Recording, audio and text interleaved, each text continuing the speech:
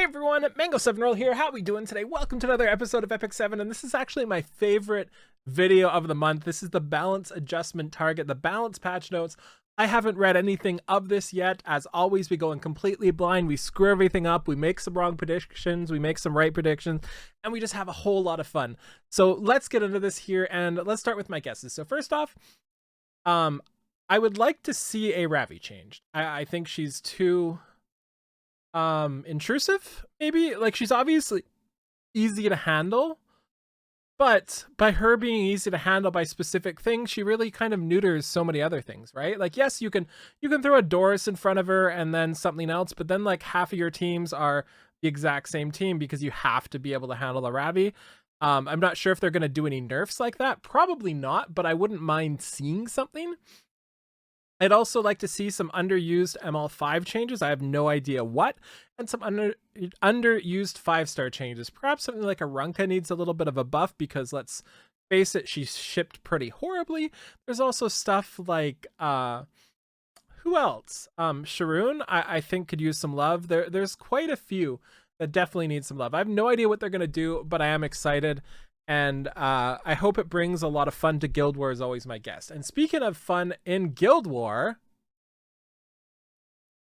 Oh god, I clicked on the wrong tab. Bad transition. Wait, pretend that didn't happen. Speaking of fun in Guild War, we've got Amazon coins in the Amazon Appstore. This video is sponsored by them. I know that transition made no sense whatsoever, but Guild War has units in them. And to do units, you need to spend summons, and sometimes you might run out of summons. So by using the Amazon App Store, you can save 20% off with Amazon coins on your in-game purchases. This ridiculously helps the channel, and if you ever spend money, I beg you, I really recommend using this, because the support this brings to the channel is insane, and the more people use it, the longer they partner with the Epic 7 community. And it's a fantastic deal. 20% off if you're going to spend money. As always, I always say during these, I don't recommend spending money. I think the gambling is a little bit not so good for your money, but I know people are going to do it anyway, and you might as well save 20%. So link description below.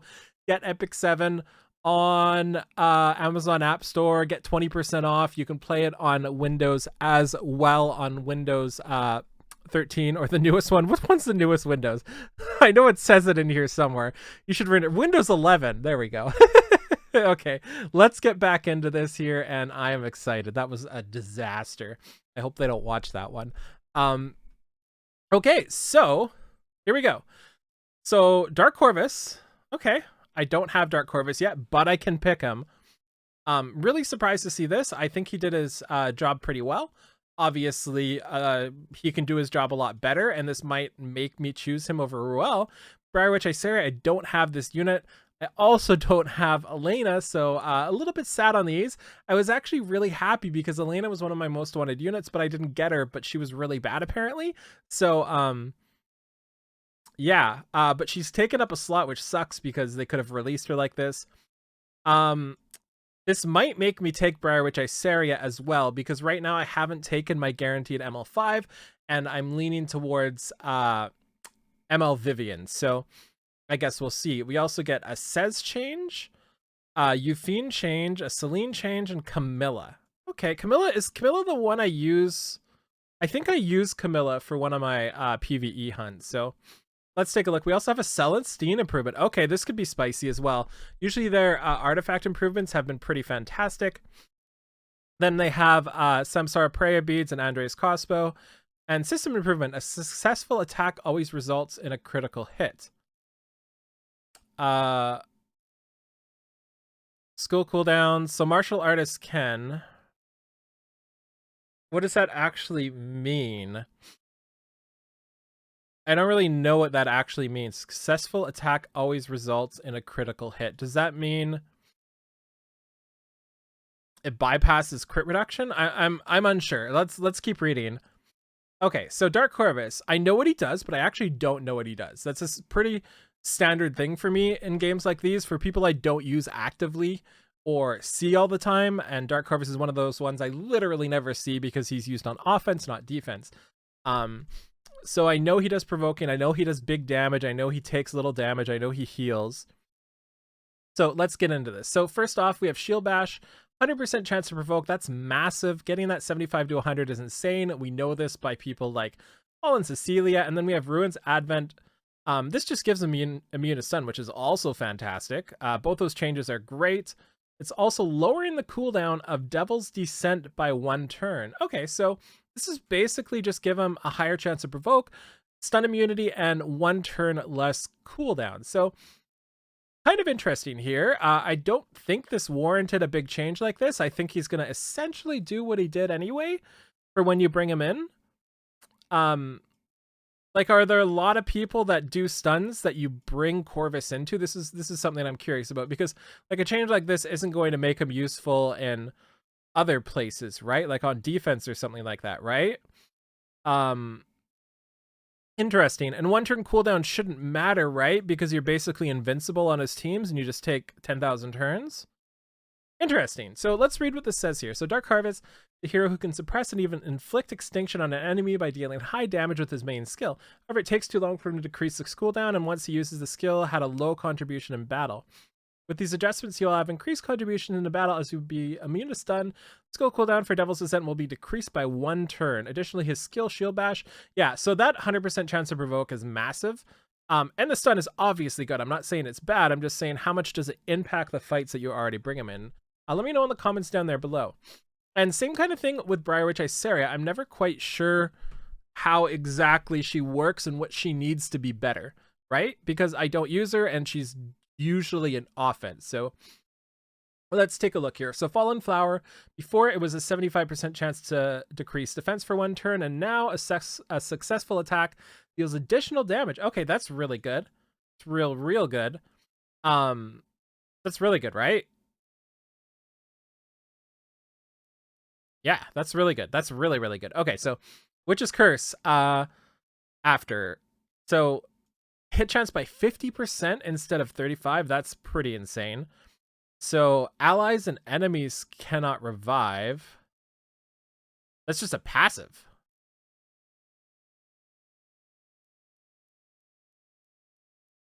Wait. Let me... Because before, if you killed... Was this normal? Sorry, I'm trying to... I know she gets like immortal and then gets another turn. But did she have extinction beforehand? She didn't, right? Okay, that's pretty sick. That's insane. 50% hit rate and just flat can't revive, right? Like they just, it's straight up just a passive. So like she doesn't have to do anything or target anything. That seems insane. That seems real insane. Also, to note, the enhancement is increased by 1, 2, 3, 4, 5%. So, does that mean we have an extra 5% on the hit chance? So 55%? Wait, no, not 55. So, 65%. If so, that's insane as well. Cursed Thorn here attacks all enemies. Let's look at the Awakened one. Dispelling all buffs, yep. With a 75% chance to decrease defense for 2 turns. That didn't do that before, right? That's insane. And a 100% chance to make them unable to be buffed. And a successful attack deals additional damage proportionate to the caster's attack. So that's insane, right? Because this will now strip and then deal additional damage to kill people that have immortality and stuff like that, right? And the Soulburn ignores ER, which is even better than increased damage. That's insane. She's real good now, right, guys? I might take her instead of Vivian now. I might take her. So let's read this here. Oh, Astrolancer Elena. I'm gonna be so sad when she's so good now and I don't have her. So Blair Witch Iseria. Blair Witch? Isn't it Briar Witch?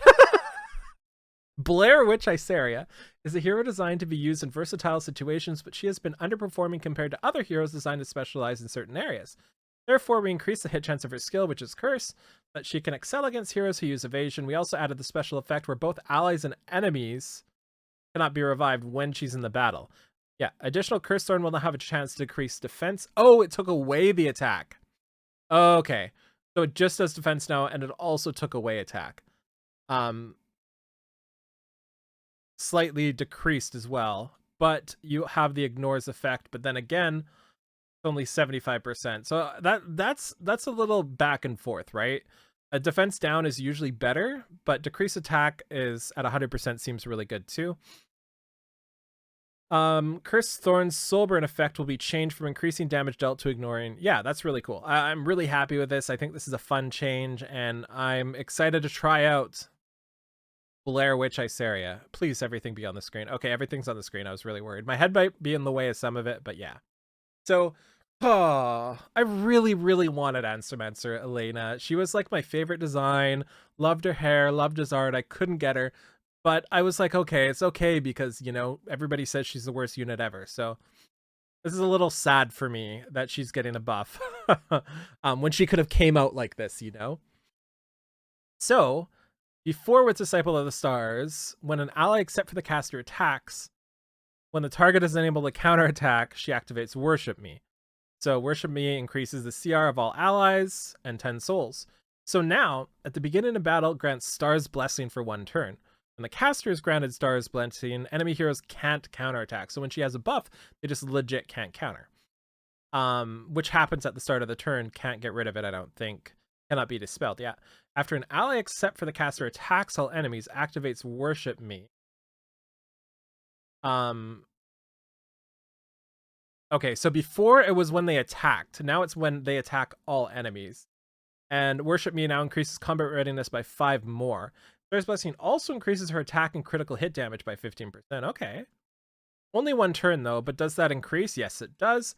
So we look at Enraged Star's Retribution. Now it attacks all enemies with the energy of the Enraged Star, decreasing buff durations by 1 turn before making them unhealable and restricting for 2 turns. So 100% chance.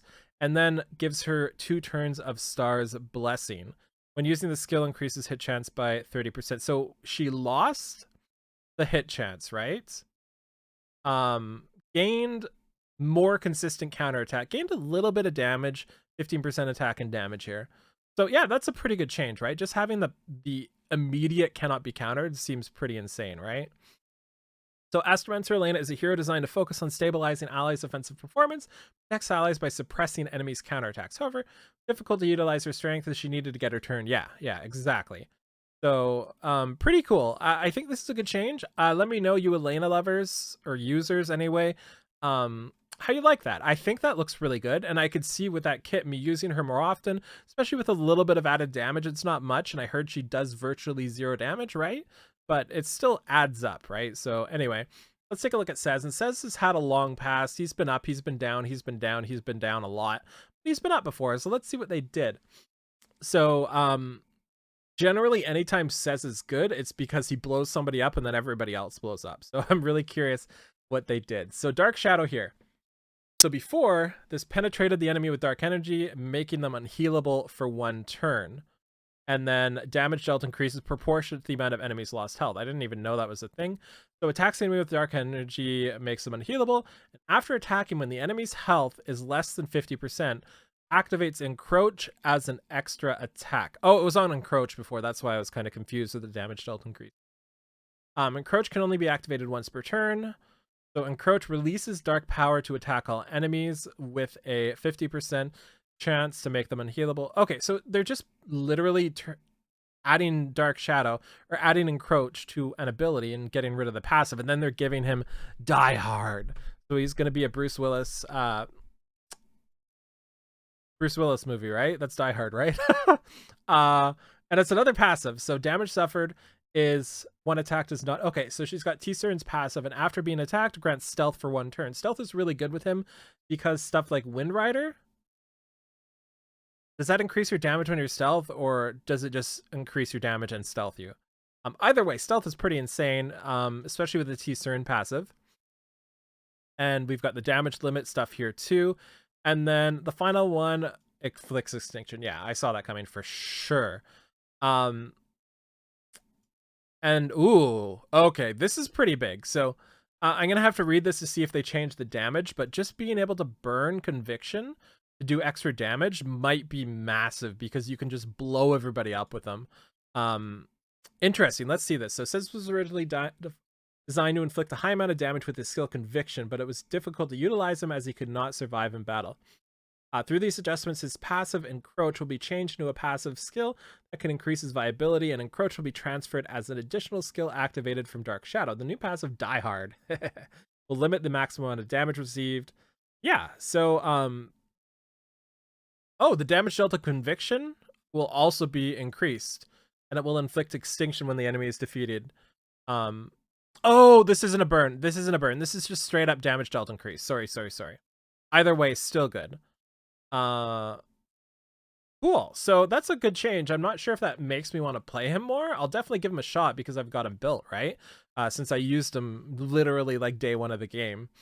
And now take a look at Yufine. Damn, can they pick some other units? So, Yufine. How many times has Yufine been changed? It's been a lot, right? So, now her soul burn. Actually, let's read this top one. So, Dragon's Roar. Dispels 1 buff from all enemies, 85% chance to silence, gives attack, also gives defense to the caster. Okay, just give her everything. Wait, they took away the speed and gave her defense instead.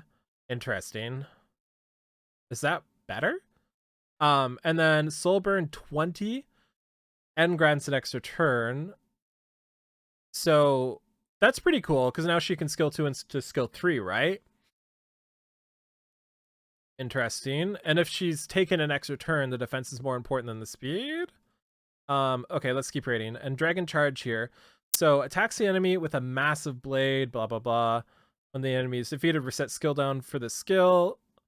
That's new, right? And when the target is silenced, penetrates the target's defense by 70%.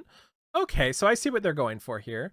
And when the skill is available, according to cooldown count, after an ally except for the caster attacks, if the target is silenced, increases combat readiness of the caster by 20%. Interesting. So they're making her into like a 1-2 punch sort of person, but the problem is, unless I'm missing something and she gives effectiveness, 85%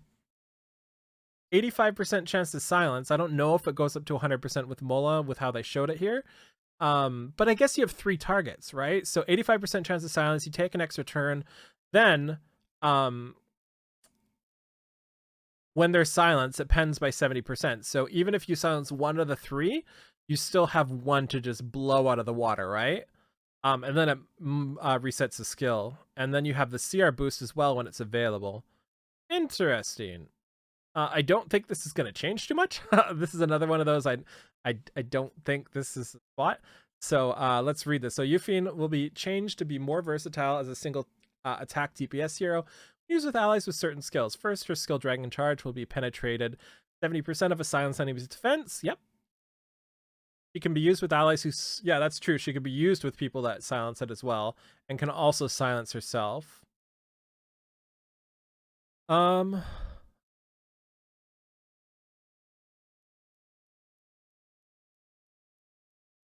Wait. It's the enemy with a finishing blow, dispelling all buffs. She can't stun now? I didn't even notice that was gone. That's been like the cornerstone of her. And the effectiveness is gone. I figured she... Like, I was remembering she buffed effectiveness to herself, right?